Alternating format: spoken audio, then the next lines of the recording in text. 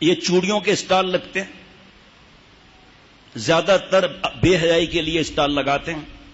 ماں ساتھ میں ہے، باپ ساتھ میں ہے، شوہر ساتھ میں ہے، وہ چوڑیاں پہنا رہے ہیں جان بوجھ کر کم سائز والی، تاکہ حرام مزے لیتے رہیں اور ناپاک ہوتے رہیں اور ہماری بہو بیٹیاں ہنستی رہیں. اور ہم باپ ہیں، کاش کہ ہمیں معلوم ہو جائے کہ ہم اپنے اولاد کی تربیت نہیں کرتے تو پکڑ کا کیا خطرہ ہے، اور تربیت کی پھر خدا نخواستہ اولاد ٹریک سے ہٹ گیا، اس میں ہمارا پھر کوئی واسطہ نہیں. لیکن ہم دعا کرتے رہیں گے، گلے لگاتے رہیں گے، بیانات میں لاتے رہیں گے، ہدیے تحفے بھی دیتے رہیں گے اپنے بیٹے کو، قطع تعلق نہیں کریں گے اس بیٹے سے. اس کی تفصیل ہے، اب موقع نہیں.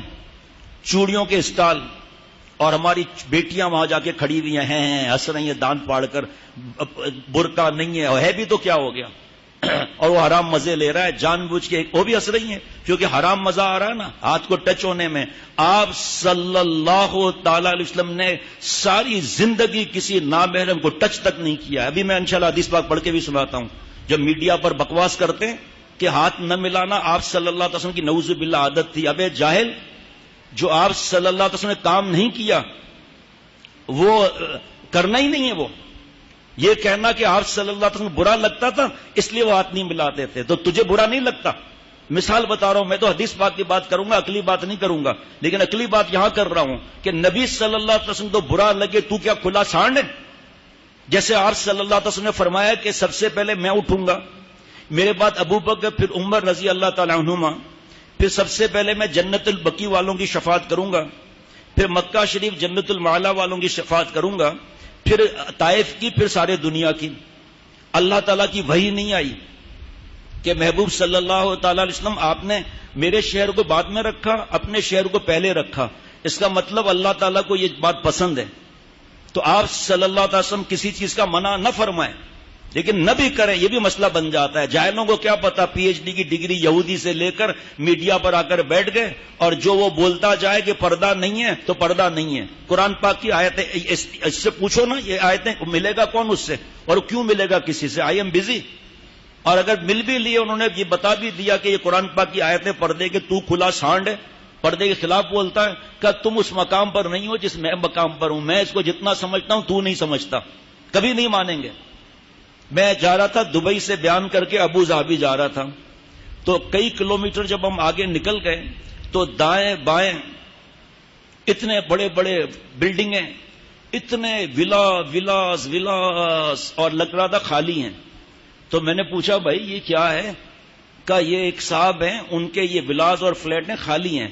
پھر اتنا پیسہ اس کے پاس کہاں سے آئے کہ بنا کر رکھ کر بیٹھا ہوا ہے؟ کہ یہ صاحب میڈیا پر آتے ہیں، اب سمجھ لو یہ سب کیا ہے. ان کا کام ہوتا ہے شکوک پیدا کرنا، اور ان کو پتا ہے جو سن رہے ہیں ان کو دین کی سمجھ ہوتی تو گھر میں ٹی وی ہی نہیں ہوتا، اگر گھر میں دین کی سمجھ ہوتی کیبل ہی نہیں ہوتا. ان کو پتا ہے کالج، اسکول، یونیورسٹی اور انسٹیٹیوٹ اور اسکولوں میں دین نہیں پڑھایا جاتا، اس لیے ان کا برین واش کر کے کھوپڑی میں بچپن سے ہی ڈال دو گے، پردہ کچھ نہیں ہوتا، ناؤ ناچو کوئی مسئلہ نہیں ہے. نعوذ باللہ. چوڑیوں کا عرض کر دیا میں نے. خواتین کے شوز کی دکان پر ہم اپنے بیٹیوں کے ساتھ، بیوی کے ساتھ، بہن کے ساتھ جاتے ہیں، وہ ان کے ہاتھوں پر، پیروں پر ہاتھ پھیر رہے ہیں، جوتے پہنانے کے بہانے حرام مزے لے رہے ہیں.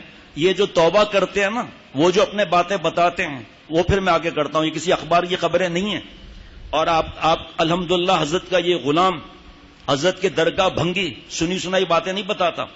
وہ جوتے پہنا رہے ہیں جان بوجھ کے چھوٹے، پھر ہنس رہے ہیں، پھر ہنس رہی ہے، اور ماں باپ جا کے ونڈو شاپنگ کر رہے ہیں، اور یہ ایک دوسرے کو فون نمبر دے رہے ہیں، ایک دوسرے کو میسج کے نمبر دے رہے ہیں ایک دوسرے کو. کل ایک خاتون 6 بچوں کی ماں بھاگ گئی گھر چھوڑ کر، طلاق نہیں، خلا نہیں، موبائل. جب اس 4 بچوں کی ماں کے بھاگنے کی خبر میں نے مرشد ثانی حضرت میر صاحب رحمۃ اللہ علیہ کو سنائی تھی تو حضرت میر صاحب رونے لگے. اب چشمہ اتار دیا، قلم رکھ لیا، جو لکھ رہے تھے دین کی بات. فرمایا میں آج تک روتا ہوں، 2 مہینے کے دودھ پیتے ہوئے بچے کو ماں چھوڑ کر بھاگ گئی. موبائل، ننگی فلمیں، نامحرم مردوں کو دیکھنا، اللہ کا حکم ٹوٹنا، کل المؤمنات یغضضن من ابصارہن ویحفظن فروجہن. آپ نبی صلی اللہ تعالی علیہ وسلم ایمان والی بیویوں سے فرما دیں کہ اپنی بعض نظریں نیچی رکھیں، اپنی شرمگاہ کی حفاظت کریں. دیور، بہنوئی، خالو پھپھا لڑتے ہیں کہ ہم کیسے نام محرم ہو گئے. جاؤ اوپر جا کے بات کر کے آؤ. وہ جانے کی گارنٹی ہے, واپس آنے کی گارنٹی نہیں ہے. شریعت کا مذاق اڑاتے ہیں کہ ہم کیسے نام محرم ہو گئے. آپ آ کے پتا کرو کیسے نام محرم ہو گئے. یہاں کھڑے ہو کر بک بک کرنے سے تھوڑی کام چلے گا. اللہ سے کہو جس رب کا حکم ہے اس کے خلاف بول رہے ہو کہ ہم کیسے نام محرم ہو گئے. ارے انسان ہے, غلطیاں ہوئی, ہم بھی گناہ گار ہیں, اب تو سدھر جائیں. مرنے کے قریب پہنچ گئے. مامو ذات, تایا ذات, خالو ذات, پھپھی ذات. پھر یہ فیس بک اور یوٹیوب اور واٹس ایپ دیکھ رہے ہیں کہ ہماری بیوی نام محرم سے بات کر رہی ہے, اور دیکھ رہے ہیں کہ رشتہ دار سے بات کر رہی ہے, اور دیکھ رہے ہیں گھر میں گئے تو جناب نام محرم خاندان کے یا پڑوس کے یا دوست بیٹھے ہوئے بیوی کے پاس. لیکن کیونکہ میڈیا نے ایسا برین واش کیا کہ برائی نہیں لگتا, بلکہ جو اس کے خلاف بات کرے اور شریعت کا حکم اور قرآن پاک حدیث پاک سنائے تو وہ بات سمجھ میں ہی نہیں آتی. جناب